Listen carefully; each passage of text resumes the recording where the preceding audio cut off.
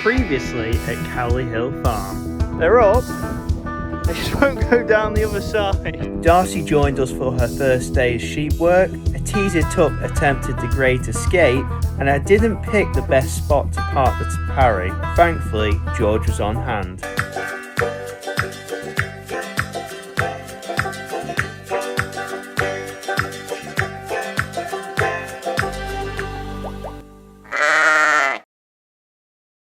We had a lot more rain in the night, and they've started just to tread in this volunteer wheat, and they've pretty much grazed off the middle of the field. We've got 2 more fields to go on to, so may as well put them onto some fresh stuff. But to do that, we need to walk these girls half a mile up the road. So we've got a full team out, so you got me, Sky, Mum, Ella and Sammy. They're going to be up the road. I've just got to push them with the dog, and they've just got to stop them from going where they shouldn't be. So fingers crossed, all goes okay.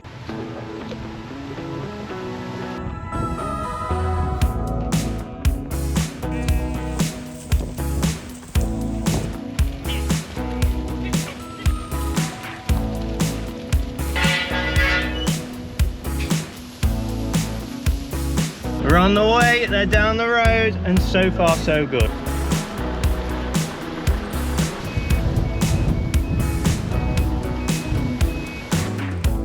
Good girl, Joe, good girl.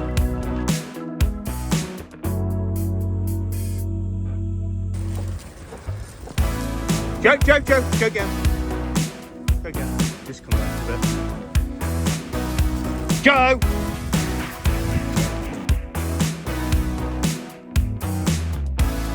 What a dog. This is easy, Josie's doing everything.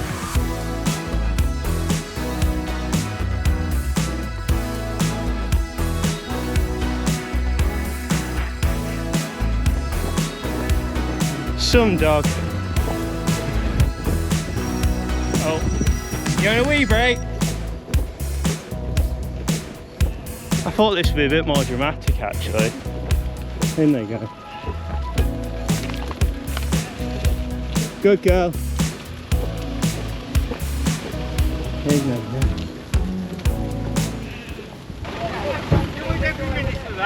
Thank you very much. Well done. Good girl. Good girl. That was fun. That lady said they got bored of it. I can't believe how well that went. This is what they're on to. Very much so what they were on beforehand. Pop an electric fence up.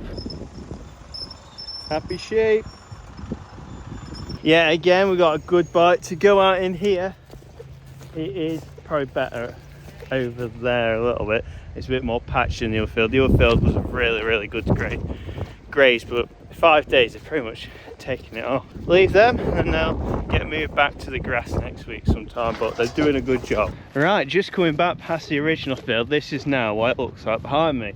It's not 100% grazed off, but we're on a bit of a time limit. We've got 10 days to do 2 fields, so I thought you'd better to get some off both than hammer one hard and not get onto the second one. So you see this, some of it is quite bare now. Compared to that last one, there is patches, it's still a bit thicker, but they've really grazed this bit off well. Yeah, you can really see we're at the top of the field, how well they've grazed all this.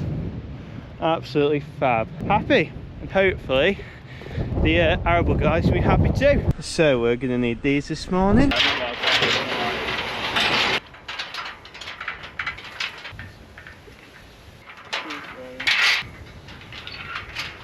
Can't already guess from the crayons today is a colour change. I will explain once this first batch are in.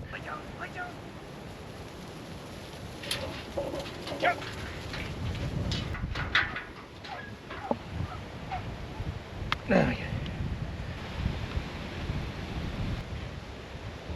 So you can see that's red, that was yellow. So that's our second wheat colour. And that was his old one that was yellow. So I'm going to count up the ewes. That gives us an idea how many ewes are going to lamb each week. 1, 2, 3, 4, 5, 6, 9, 10, 11, 12, 13, 14, 15, 16, 17, 18, 19, 20, 21, 22. Oh, I'm fogging up. It's warm in here, girls. Woo. Well, that's first group done. He has topped 22-ish in the first week, so there's 41 in that group, so over half in 7 days. which is very good. Obviously not all 350 ewes in total have been to tup this week, but they'll all have a tup with them by the end of today, just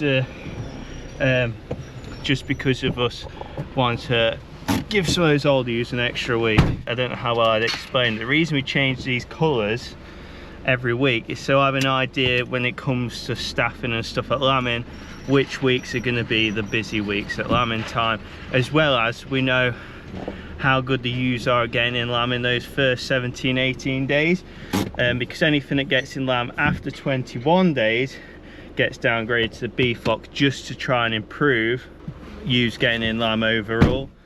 Just something we do. I think it's pretty easy and simple, and I know I do a lot over the year to whittle these A-flock ewes down, but the more pressure you put on them to perform, the better that flock will be, is how I see it. Daily feed for the boarders. Yes, I said I don't feed anything. Technically they're not my sheep, so it doesn't count. We will get there with them though. We will. It's just free the weeding and breeding there. If you don't feed them, they just go to nothing, which is really frustrating, but it is what it is. They're going in with the tups, going with them next week.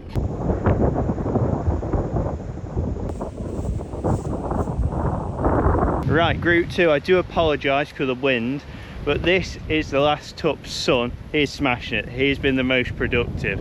We'll give a count up when we've done him, but I reckon he's took well over 30, and there's about 50 in here. Put your hand in, you know what I mean? Your leg. Okay. So I don't know if you can see, that is red, that was yellow, and there's a little pin that goes through it that holds it in, but it's pretty simple. That is him done. Now I just want to know how many yellow bums there are as they go. If I give you that sky, I'm going to let them out and try and count as they've run. 3, 4, 5, 7, 8, 9, 10. A rough guess is about 30. Go again, all the way, go back. Look at all those yellow bums, Joe. Alright, mister, you've been working well. Good girls. Yellow in. You want a red. That looks good. Group number 3, these are the aged ewes over 75 kilo. Yeah, so these are in with the McGowan tup. You see number 87 on this side there, looking well. Just repeat that again. I will try and count the yellow bums better this time, but I do have rough ideas because I do have a rough count every day, which is handy. Oh, luckily you're a bit smaller. Going for strong, knee in there. I'll be in front of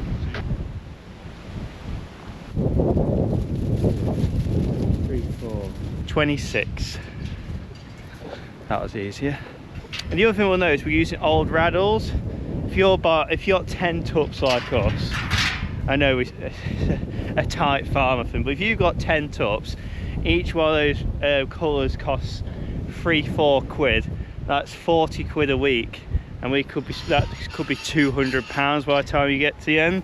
If you save them, they'll do, especially the colours after week 2, 3, 4, etc.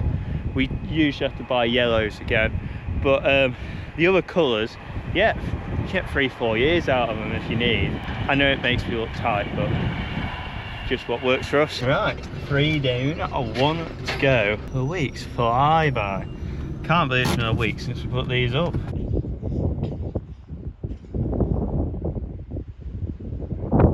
It is literally raining from nowhere. Here. Was it a bit adventurous trying to get 60 sheep into 9 hurdles just so we didn't have to take the other side of the wrapper? Maybe, but I'm confident it's going to work. Lie down. All the homebred shearlings in with Malachi that we bought last year. Oh, they'll fit easy. Easy! What did I say, Sky? They'll fit. Right, if you jump in, Sky, look at all these yellow bottoms. Right, you can let him go. That was quick and easy.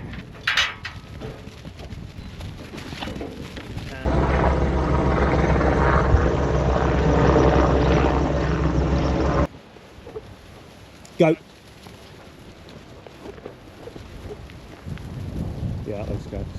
Good lads, good lads. That's it. Light it, Truth!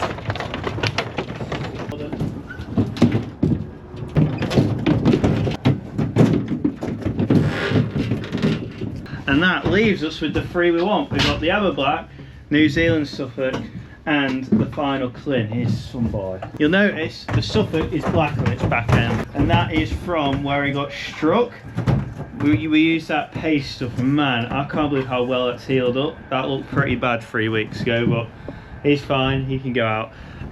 Right, now we need the harnesses and the raddles. This is gonna be, yeah, bring the bucket, Sky. So we're using used raddles again, just because we've got them and there's plenty of crown left on them. It's always about saving money. The pounds add up to the tens, and the tens add to hundreds and hundreds of thousands. We had one short of red raddles, but we have an orange, so me being me, I thought this would be a great opportunity to not go to Mar Valley for one raddle. And the B flock will give one of them an orange raddle and one a red, so I can see how they're working. May as well, and it saves me a journey to Mar Valley.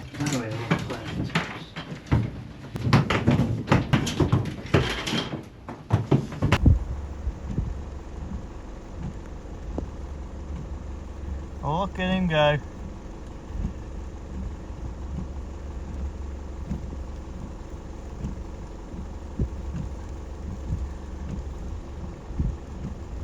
Get off. Out of nowhere, it is raining sideways. So I'm not going to be able to film too much. But they're off, they've carried on walking across the field. That is the first way out. Now both of these are going to the same group.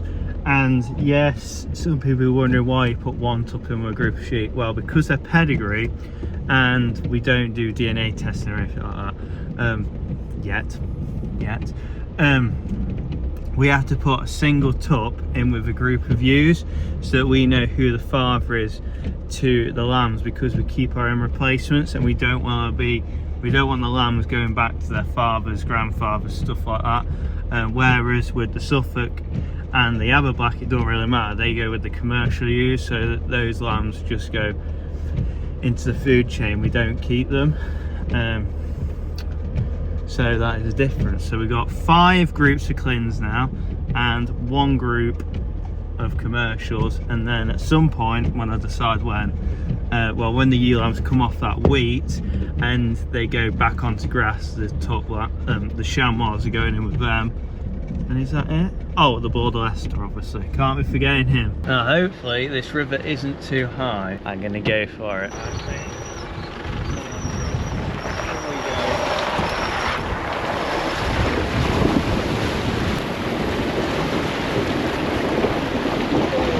Right, easiest job of the day, this. The ladies are coming, they know. I reckon they know.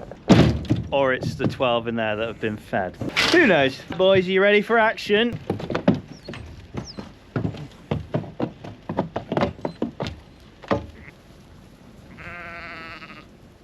Right, while we're here, I need to drop a bucket off too. Here we go, ladies. There we are. Very annoyingly, you won't be able to see very well, we've got a couple, maybe just one ewe in here with cloudy eyes, if you remember last year.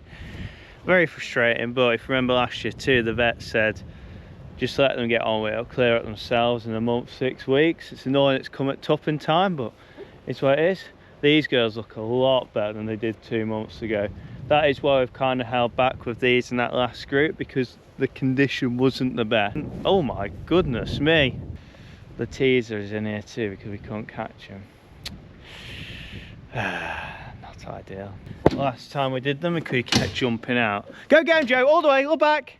So I'm going to try and catch him now in the field.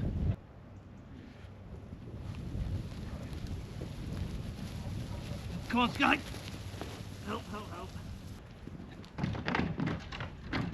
help. Testing my tackling skills there. I thought I was going to get dragged around the field. Well done-ish. Man, he's the wildest tup, and I was like, if I grab him, I'm going to get dragged. Luckily, I'm quite heavy. You do not look happy. He is not happy for me to take him away from his ladies. That's it, go on, lad. Right, you are going in that field. In that field. There you go. Where he should be. Right, that's you done for another year, Crazy. I don't blame him. He got attacked by a dog when he was a lamb, so he's been loopy ever since. And he was a nice lad, so we kept him and vasectomised him. It's what you do to all the best men out there that get attacked, isn't it?